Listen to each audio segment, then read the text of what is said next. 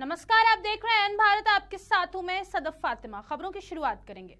चुनावी जनसभा को संबोधित करने केंद्रीय गृह मंत्री अमित शाह मुरादाबाद पहुंचे हैं। यहां उन्होंने सपा बसपा कांग्रेस पर जमकर प्रहार किया। अमित शाह ने कहा कि सपा बसपा और कांग्रेस मजाक बनाते थे। वे राम मंदिर की प्राण प्रतिष्ठा में नहीं गए क्योंकि इनको अपने वोट बैंक की चिंता थी। कांग्रेस वाले धारा 370 को अपनी गोद में खिलाते रहे। आज कश्मीर में शान से तिरंगा लहरा रहा है। मोदी ने देश से आतंकवाद और नक्सलवाद खत्म कर दिया। कांग्रेस के समय बम धमाका होता था। आगे अपने संबोधन में उन्होंने कहा कि जनसभा में भीड़ देखकर कहता हूं कि मुरादाबाद के प्रत्याशी की जीत पक्की है। इस बार मोदी को तीसरी बार प्रधानमंत्री बनाना है। इस बार ना तो 73 ना 65, इस बार यूपी में पूरी 80 की 80 सीट बीजेपी जीत रही है। उन्होंने कहा पश्चिमी यूपी में पहले चरण का चुनाव है, जो पश्चिम वाले करेंगे वहीं पूरा देश करेगा, इसलिए इस बार कमल का बटन दबाना है। अमित शाह ने कहा कि वेस्ट यूपी में 2013 में जब मैं आया था तो यहाँ गौ तस्करी और गुंडई चलती थी। आज वन इंडस्ट्रीज वन प्रोडक्ट का काम चल रहा है। यहाँ से पलायन खत्म हो चुका है। बीजेपी ने एयरपोर्ट, एक्सप्रेसवे, गांव में बिजली देने का काम किया है।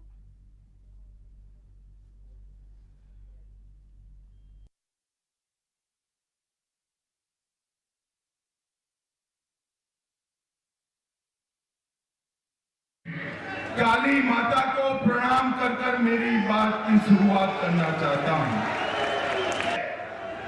देखो, मोदी जी ने 10 साल में देश की अर्थव्यवस्था को 11वें नंबर पर से 5वें नंबर पर लाया।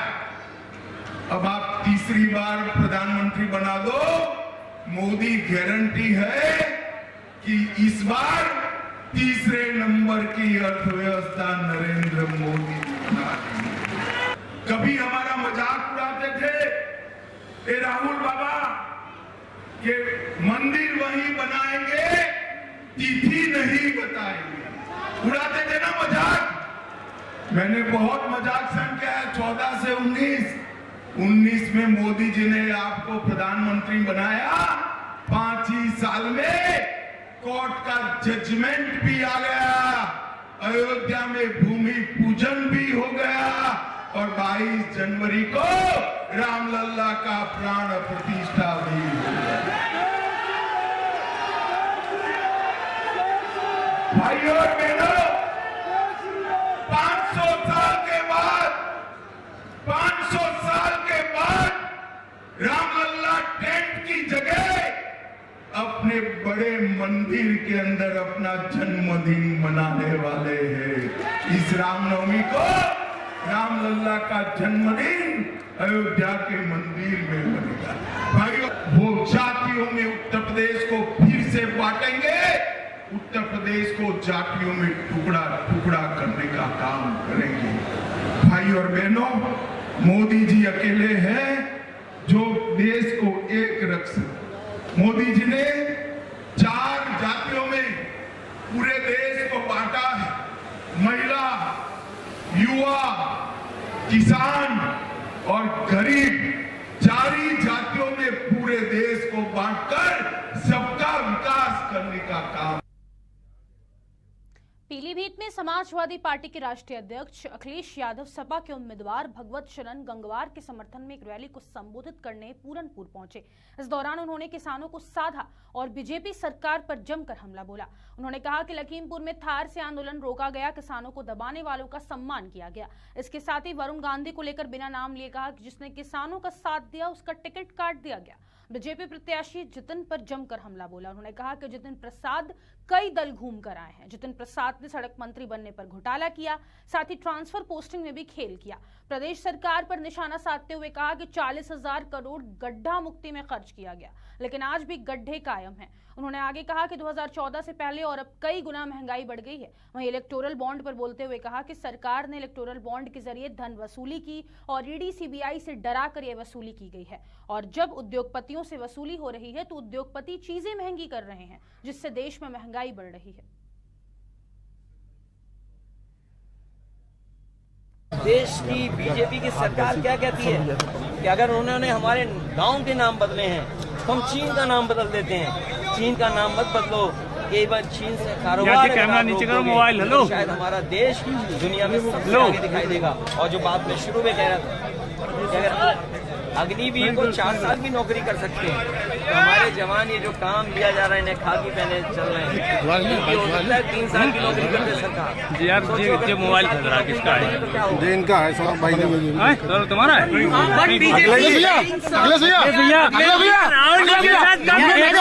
भैया मीडिया वालों के लिए आप क्या कहना चाहेंगे? भैया एक सवाल जो हम लोग रह बैठ के लिए इनकी मत अगर 400 पार का उनका संकल्प पूरा हो रहा होता तो उन्हें क्या दिल्ली के मुख्यमंत्री को अन्याय करना पड़ता उनके ऊपर?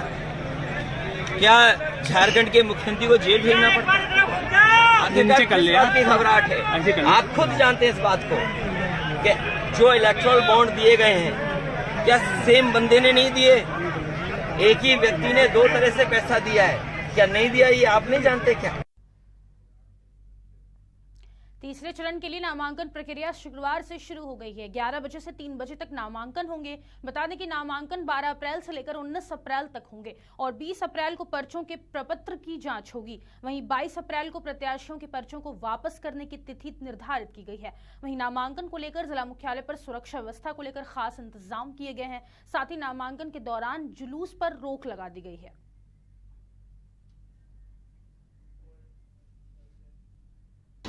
देखिए, नामांकन तृतीय चरण के चुनाव के लिए आज से शुरू है और आगरा में कलेक्ट्रेट परिसर में नामांकन हो रहा है दोनों लोकसभा सीटों के लिए। और जो प्रॉपर स्टैंडर्ड्स हैं, मानक हैं, उनके आधार पर बल का डिप्लॉयमेंट किया गया है। 3 लेयर की सिक्योरिटी और 3 लेयर के बैरिकेड्स लगा के जो केवल चिन्हित लोग हैं, जो केवल प्रत्याशी और उनके साथ जाने वाले हैं, उनको ही परमिट किया जाएगा। दोनों जो नामांकन स्थल हैं उनकी प्रॉपर सिक्योरिटी सुनिश्चित की गई है, पार्किंग की पूरी व्यवस्था की गई है। इसके अलावा जो हमारा कलेक्ट्रेट परिसर है जहां पर नामांकन होना है, जहां केवल 3 गाड़ियों की अनुमति है, उसके दूर की तरफ हर तरफ आने वाले रास्ते पर बैरियर लगा के अन्य जो गाड़ियां नामांकन के लिए आएंगी उनको रोका जाएगा। सारी व्यवस्थाएं चाक चौबंद हैं, किसी प्रकार की कोई समस्या नहीं है।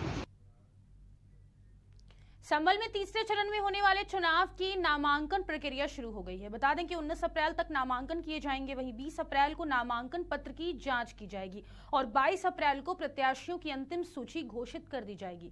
संभल में तीसरे चरण में चुनाव होगा। डीएम का कहना है कि प्रत्याशी के साथ अधिकतम 5 लोग नामांकन करने जा सकते हैं। नामांकन के मद्देनजर कलेक्ट्रेट और बड़ा मैदान में बैरिकेडिंग और मेटल डिटेक्टर लगाए गए हैं और भारी संख्या में पुलिस तैनात की गई है।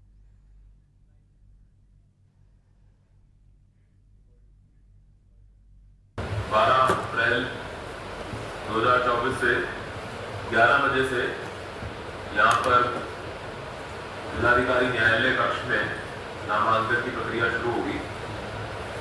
12 से लेकर 19 तारीख तक प्रतिदिन 11 से 3 बजे तक ये नामांकन यहाँ पर होगा। इसमें जो गजेटेड हॉलीडेज होते हैं और संडे होता है और सेकंड सैटरडे, इस दिन नामांकन नहीं होता। तो इन दिनों को छोड़कर बाकी सारे दिनों पर 12 से लेकर 19 तक नामांकन होगा। इसमें नामांकन की प्रक्रिया में यहाँ पर हमारे यहाँ नामांकन फॉर्म्स अगर कोई व्यक्ति प्राप्त करना चाहता है तो वो प्राप्त कर सकता है। उसको नामांकन का जो लेटेस्ट प्रारूप का सेट जो फॉर्मेट है उस पर एक सेट दे दिया जाएगा, जिसके आधार पर कोई भी व्यक्ति अपना नामांकन भर के दे सकता है। किसी भी व्यक्ति को नामांकन करने के लिए देश के किसी भी हिस्से में वोटर के रूप में पंजीकृत होना आवश्यक है, लेकिन साथ ही साथ उसको अगर वो किसी रिकॉग्नाइज्ड पार्टी का सदस्य है और उसके पास उस पार्टी के द्वारा दिया गया है फॉर्म ए और फॉर्म बी है, नेशनल और जो स्टेट रिकॉग्नाइज्ड पार्टी हैं, तो उस केस में 1 प्रस्तावक और अन्य सभी केसेस में 10 प्रस्तावकों की आवश्यकता होती है, जो संभल लोकसभा के ही वोटर होने चाहिए।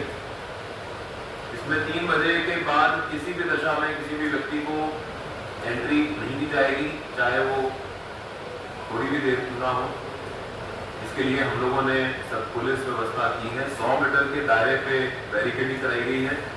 उस 100 मीटर के दायरे तक की गाड़ियां आएंगी, किसी की उसके अंदर गाड़ी नहीं आएगी और उस दायरे तक 3 ही गाड़ियां जो है वो प्रत्याशी अपने ला सकते हैं।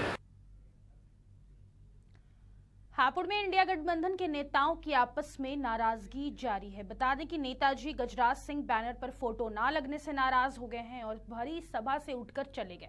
कांग्रेस में गजराज सिंह 4 बार विधायक रह चुके हैं। पूर्व विधायक गजराज सिंह ने पत्रकारों की माइक आईडी को गुस्से में हाथ मारकर धकेल दिया। वहीं आज इंडिया गठबंधन से प्रत्याशी सुनीता वर्मा के चुनाव कार्यालय का उद्घाटन होना है।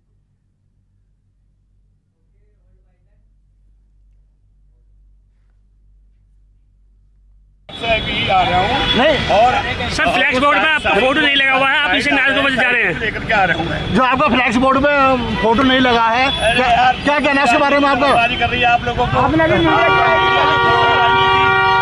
यकीन नहीं रख।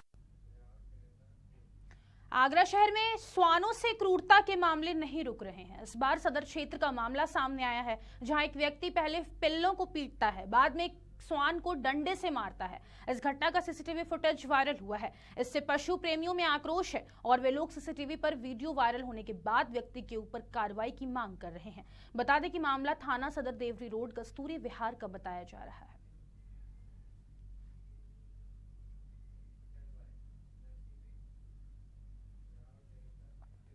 सीतापुर के थाना मछरेहटा में एक दरोगा ने खुद को गोली मारकर आत्महत्या कर ली है। वहीं दरोगा का नाम मनोज कुमार है और वे लगभग 48 साल के थे। उन्होंने सर्विस रिवॉल्वर से खुद को गोली मार ली। गोली चलने की आवाज सुनते ही आसपास के इलाके में हड़कंप मच गया। वहां मौजूद साथियों ने गोली चलने की आवाज सुनी तो वे मौके पर पहुंचे और दरोगा को खून से लथपथ देखा और बाद में इसकी सूचना साथियों ने अधिकारियों को दी। इस घटना से इलाके में दहशत का माहौल बना हुआ है।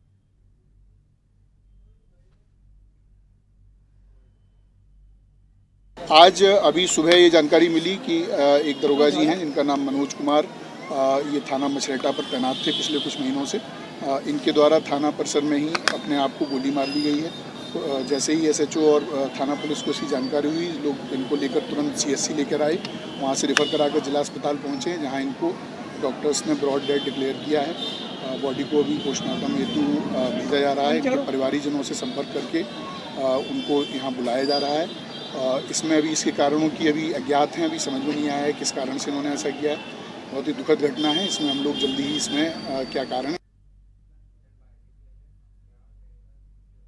कन्नौज में आवारा सांड का आतंक रुकने का नाम नहीं ले रहा है। दरअसल एक आवारा सांड ने कन्नौज के सदर कोतवाली क्षेत्र में एक युवक की जान ले ली है। बता दें कि मोटरसाइकिल पर सवार होकर मामा भांजे घूम रहे थे, तभी बीच सड़क पर घूम रहे आवारा सांड से उनकी टक्कर हो गई। टक्कर होने से मोटरसाइकिल अनियंत्रित होकर सड़क पर हादसे का शिकार हो गई, जिससे मौके पर ही भांजे की मौत हो गई है।